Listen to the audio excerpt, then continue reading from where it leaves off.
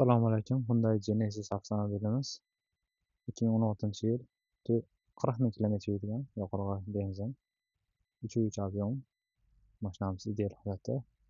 Bu mashina eksportdan bo'ladi.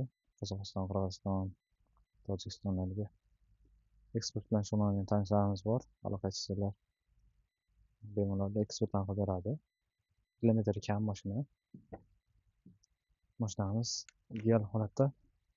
Elektronik sidina pamplari bor. 16.990.000 fon, $11.500 to'g'ri keladi. Polasa rejimlari: avtohold, avtoparking, monitor, black box, IPS hamma narsasi mavjud. Sidina sovutadi, isitadi. 360 kameralari bor. Sport rejim, eco rejim hamma narsasi joyida mashinamiz. Salonlari pokiza, ana ideal holatdagi Genesis avtomobili. Orqa sidinasi ham isitadi. O'ta keng holatda. Toza, kim kerak bo'lsa, bemalol aloqasi ko'rasizlar. Multimedia boshqaradigan funksiyasi ham bor.